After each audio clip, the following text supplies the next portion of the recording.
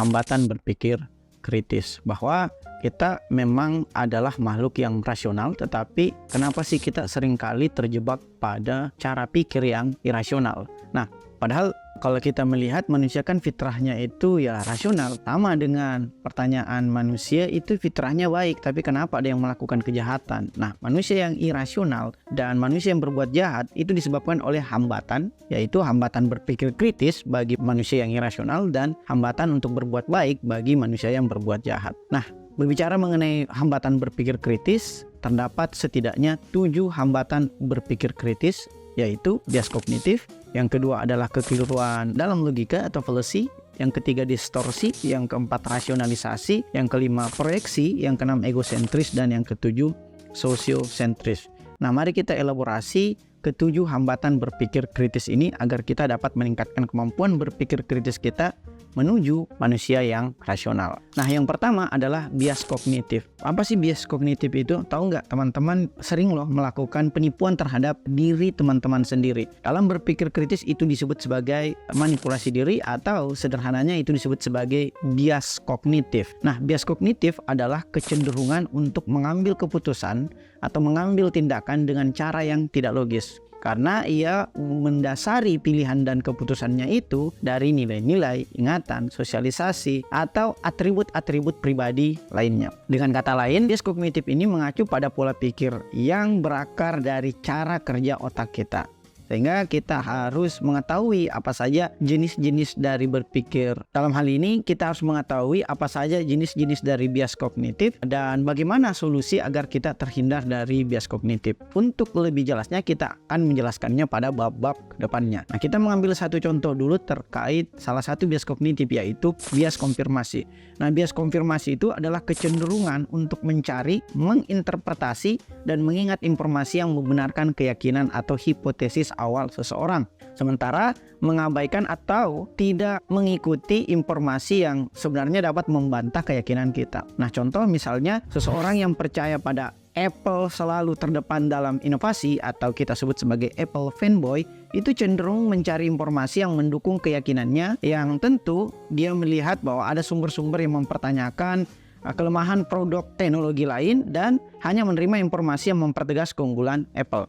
Atau misalnya pula orang yang cenderung meyakini adanya teori konspirasi itu akan selalu pro terhadap berita-berita teori konspirasi dan menolak seluruh berita-berita yang pro terhadap status quo. Nah, hal ini diperparah dengan adanya fitur echo chamber di sosial media kita, dan dampaknya ini akan membelah keyakinan netizen pada dua kutub yang saling berlawanan. Misalnya ada cebong kampret, ada Ronaldo Messi, dan banyak sekali lagi keterbelahan yang disebabkan oleh bias kognitif, dalam hal ini bias konfirmasi. Nah, solusi agar kita dapat keluar dari bias konfirmasi ini adalah carilah informasi yang kredibel dan konsumsi pula informasi yang berseberangan dengan keyakinan kita selama ini. Let's say selama ini kita adalah pendukung dari salah satu politisi tertentu, politisi merah misalnya. Coba kita mencari, mengakses informasi yang mendukung politisi hijau. Begitu cara agar kita keluar dari bias kognitif.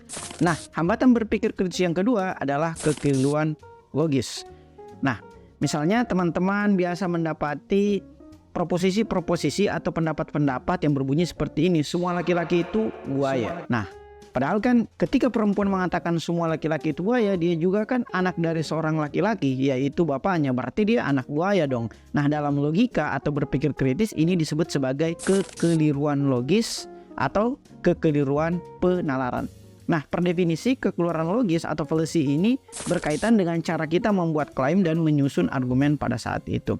Misalnya awalnya terdengar meyakinkan, tapi sebenarnya dapat dibantah melalui penalaran-penalaran logika. Nah, ada banyak contoh kekeliruan-kekeliruan logis. Misalnya yang paling umum itu adalah overgeneralisasi.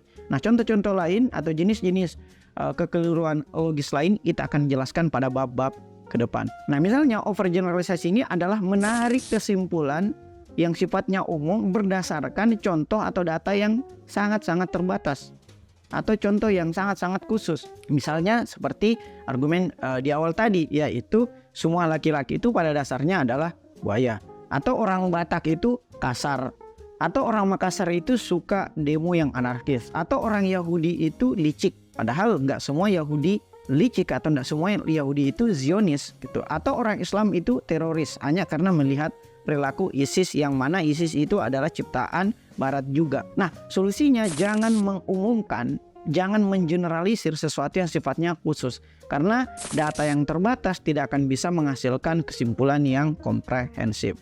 Nah, hambatan berpikir kritis yang ketiga adalah distorsi. Misalnya ketika kita mendapati berita-berita yang berseliweran di sosial media kita, katanya menghina Israel itu sama seperti menghina kaum pilihan dari Tuhan, yaitu Bani Israel. Ini saya dapat dari kolom komentar melalui unggahan tweets yang dikeluarkan oleh Firsa Besari. Ada yang komen tuh, katanya, wah kalau abang itu menghina Israel berarti abang menghina umat pilihan Tuhan, yaitu Bani Israel. Nah, dalam berpikir kritis ini disebut sebagai distorsi. Nah, apa sih distorsi itu? Distorsi adalah tindakan yang merupakan upaya untuk mengubah, memutar, atau mengganti sesuatu dari bentuk atau keadaan aslinya. Nah, distorsi dalam musik misalnya ya mengganti nada-nada dari nada aslinya. Sementara kalau kita berbicara critical thinking, distorsi dalam hal ini adalah penyajian atau interpretasi yang salah atau tidak dapat diterima akurasinya karena informasi itu sifatnya hoax atau berita bohong, baik itu setengah maupun keseluruhan, baik itu tidak disengaja yaitu misinformasi maupun secara disengaja yaitu disinformasi. Contoh misalnya penyajian berita yang memuat informasi yang salah tentunya dan merubah konteks suatu peristiwa untuk menciptakan narasi yang menyesatkan atau tidak akurat. Kita ambil contoh seperti yang saya sebutkan di awal tadi tentang Israel. Israel selalu melakukan distorsi terhadap genosida yang ia lakukan terhadap warga Palestina. Ia menyebut Hamas sebagai sekelompok orang yang membunuh anak kecil. Hamas itu teroris, Hamas menggunakan warga Palestina sebagai tameng. Itu kan langkah-langkah yang dilakukan oleh Israel untuk melakukan distorsi fakta terhadap apa yang ia lakukan, dalam hal ini genosida. Nah, solusi yang dapat kita lakukan untuk keluar dari jebakan distorsi ini adalah carilah informasi dari sumber yang kredibel. Misalnya, berita-berita dari Amnesty International atau media publik yang tidak disokong oleh kapitalisme Yahudi, baik itu Amerika Barat ataupun Yahudi yang spesifik dalam hal ini Zionis. Karena ternyata banyak media itu yang disokong oleh kapitalisme Yahudi atau kapitalisme Barat, atau bahkan influencer-influencer itu banyak dibiayai atau dibayar oleh kelompok-kelompok Zionis Israel ini. Nah, dengan begini kita dapat keluar dari jebakan distorsi informasi. Nah, hambatan berpikir kritis yang keempat adalah rasionalisasi. Pernah nggak teman-teman misalnya dengar alasan dari seorang perokok yang sebenarnya sudah tahu bahaya kesehatan dari perokok itu, baik itu untuk dirinya maupun orang di sekitarnya, tetapi dia justru mengambil sebuah alasan ya merokok ini membantu dia untuk berpikir secara lebih rileks, dia menjadi lebih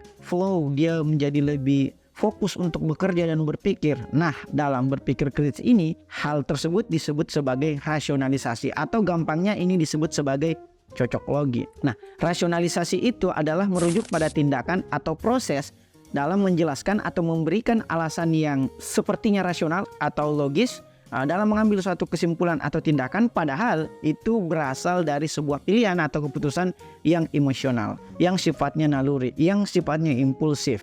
Nah, dia mencoba melakukan rasionalisasi ini, padahal semestinya kan kita memilih yang rasional, bukan merasionalisasi pilihan-pilihan kita. Contohnya, orang yang melakukan rasionalisasi itu ketika ia merasa dirinya itu menjelaskan sesuatu secara masuk akal, padahal sebenarnya itu adalah pilihan-pilihan yang sifatnya impulsif atau emosional. Solusinya, kalau memilih karena emosi ya jujur aja bahwa itu pilihan yang sifatnya emosional. Jangan merasionalisasi pilihan-pilihan yang sifatnya emosional. Nah, hambatan berpikir kritis yang kelima adalah proyeksi.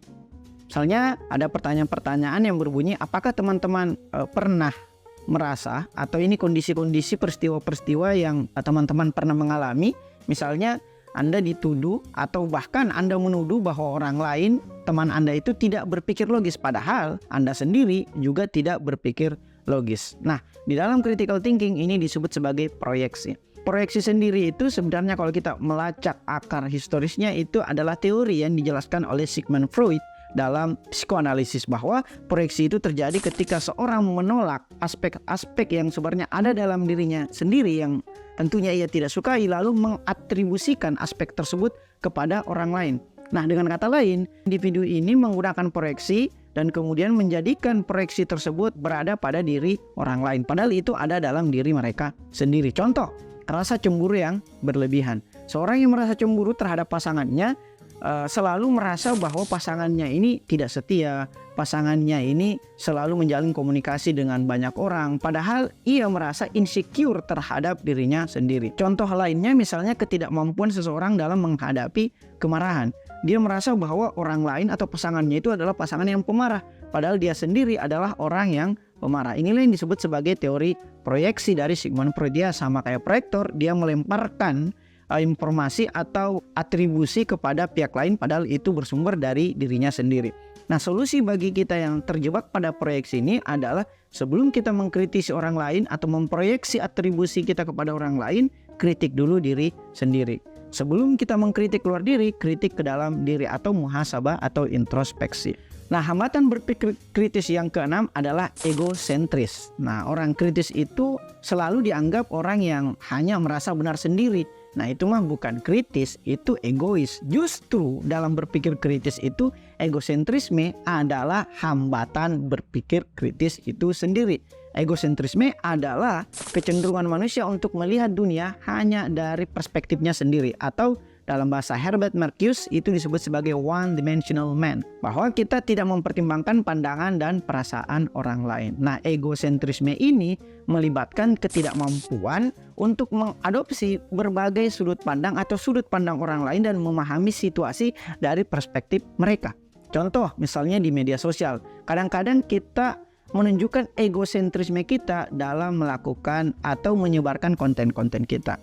Kita hanya memposting konten yang hanya relevan atau penting bagi diri kita sendiri. Misalnya video-video yang kita suka atau video kucing atau video apapun itu tanpa memperhatikan minat dan preferensi atau kebutuhan audiens kita. Ini disebut sebagai egosentris dalam bermedia sosial. Nah, solusi agar kita tidak terjerembab pada egosentrisme adalah kita harus mempelajari bahwa karakteristik dari pemikir kritis itu adalah bersikap empati atau mampu menempatkan diri sendiri ke dalam sudut pandang orang lain.